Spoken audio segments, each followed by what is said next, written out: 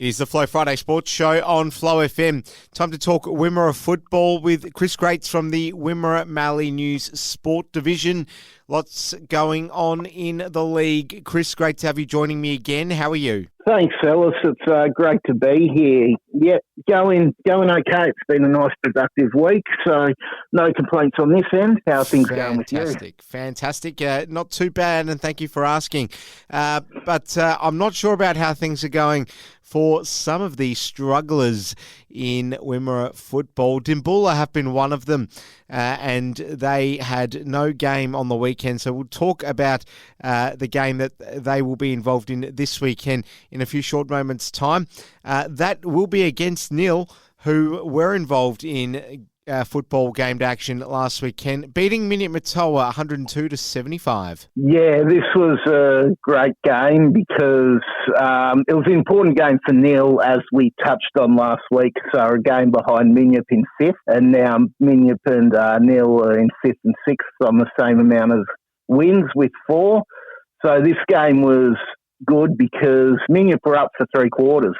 They were in the lead the whole game, and then the last quarter, Nil kicked 6 goals to 1 to run over the top of them to win by a handy 27 points. And for Nil, Xavier Bone kicked 5 goals, and Drew Schneider with 3. And for Matoa, we've spoken about this kid a few times, Oscar Gorth. He kicked another 6 goals, and yeah, he's going to be a star of this league, Gorth. He could have been playing AFL last year. He had a few teams interested in him, but decided not to play AFL. He wanted to stay on his family farm and stay involved with the club and help his parents out. So he's going to be a damaging player in the league and going to be he's going to win multiple goal kicking awards, I would have thought, in this league, because he's 19 and he's kicking 6 goals. So he's nice and consistent, which is good to see for him. No, you're giving him the Harley Reid pump up there, I reckon, or at least from a few weeks ago. Let's talk about the Horsham Saints in their game against Stawell. 68-64, Stawell's way. Great game for all those who went along. Oh, yes, it was. Obviously, the week before, Horsham had a deplorable performance.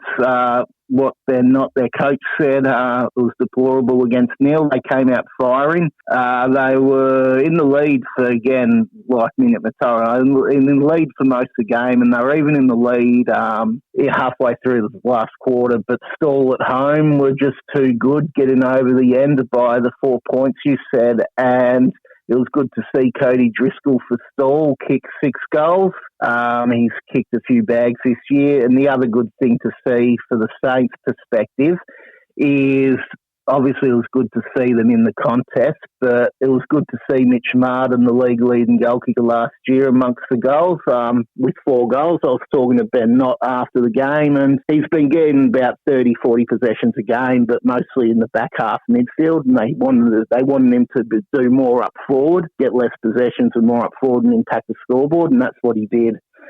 So he's in good form, and it's not all over for the Saints. There's still mathematical chance to make the finals, and that was, if they play like that, then they're going to win a lot of games. Another great showdown between the Horsham Demons and Ararat. Again, just 2 points in it on this occasion. Huge win in the end for the Demons, though, Chris. Yes, if you remember last week, I tipped the Demons to win this match. I thought they'd be in the contest late in the quarter, and they were, but they were actually trailing by 21 points at 3-quarter time. And they kicked 5 goals to 1 in the last quarter to win by those 2 points. But, yeah, the last 2 minutes of the game, Ararat were up on the scoreboard by a couple points. And everyone thought Horsham had a kick for goal, and they thought that they had lost the game, but it turns out afterwards the scoreboard was wrong and Horsham were actually in the lead the whole time. So they played the last 2 minutes on false assumptions, but they did have an inkling that the score may have been wrong, but obviously you're never too sure. But yeah, that was a bit of interesting end to that game. No doubt, no doubt. Let's move forward and talk about the Southern Valley Thunder and their 97-point win over the Warwick Eagles. Nothing in this in the end for Warwick as far as being competitive goes. Yeah, no.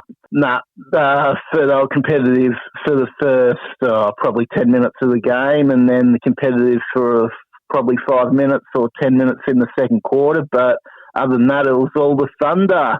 Their recruit Bradley Lowe again kicking 6 goals. And for the Eagles, Jai Kovacev, their recruit from South Australia, kicked 2. But the goal kicking ladder is interesting at the moment.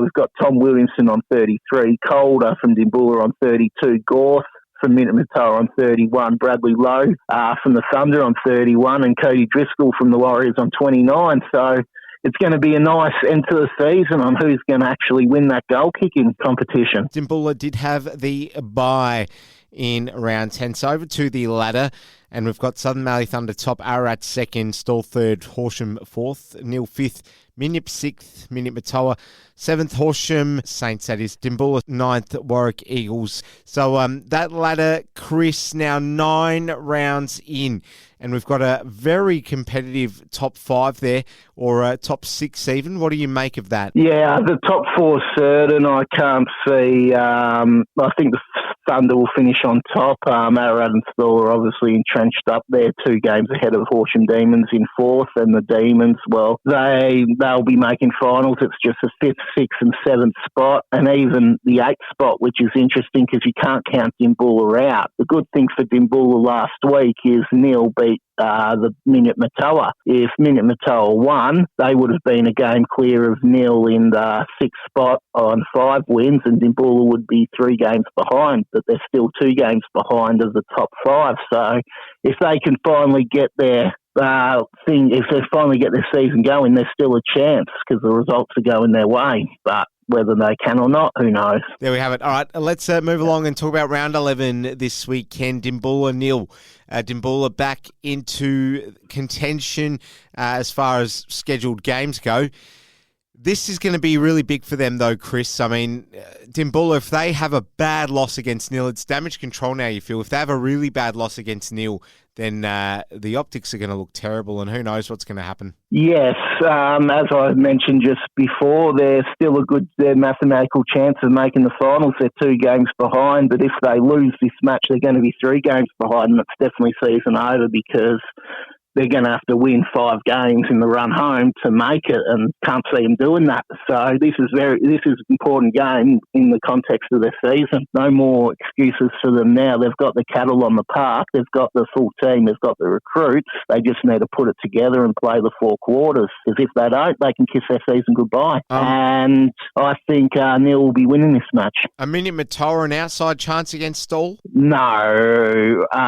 Even though they're at home, Stall should be still too good for Minamatoa by probably about 4 goals. Minyip will be in it for a good chunk of the match, maybe for 3 and a bit quarters, but I expect Stall to get over the top of them late to win by about 4 goals. Ararat should be way too good for Warwick Eagles at home. Yeah, they'll be reeling about last week, and at home they're going to come out firing. This will be 100 point. This will be a triple figure margin, 100%. It wouldn't surprise me to see 120, 130 point margin. I expect them to come out firing, and Williamson's going to kick another bag. Well, we won't get that between the 2 Horsham sides who do battle in the Horsham Derby on Sunday. Horsham Saints v Horsham Demons. Who do you like? Yeah, they're historically, regardless of where both teams are on the ladder, it's usually a good contest between the 2 teams. But you need to look at the form. The Demons, well, they nearly beat the Thunder 2 weeks ago, and then they beat Ararat, so that's the top 2 teams on the ladder. And the Saints, it all depends on what they dish up. If they play like they did against Neil, they're going to be blown out. But if they play like they did last week against Stall, they're a really good chance to win. This is going to be a very close game, and I am actually going to stick my neck out, and I'm going to tip the Saints to get the win at home. There we have it. Chris Graetz from the Wimmera Mallee News. Great to catch up with you again. Before we do let you go, just let our listeners know where they can go to keep in touch with the news. Yeah, so Wimmera Mallee Sport, our sport paper is released every Tuesday. You can get it in your local newsagents or wherever you get your papers. And if you're not in the area or can't get the physical paper, just go to wmsports.com.au, sign up for the digital subscription, and you can read all the articles that go on the website and also read the digital version of the paper. Chris Graetz, great to catch up and enjoy the Thanks. football on the weekend. We'll speak to you next week. No worries. Thanks, Ellis. You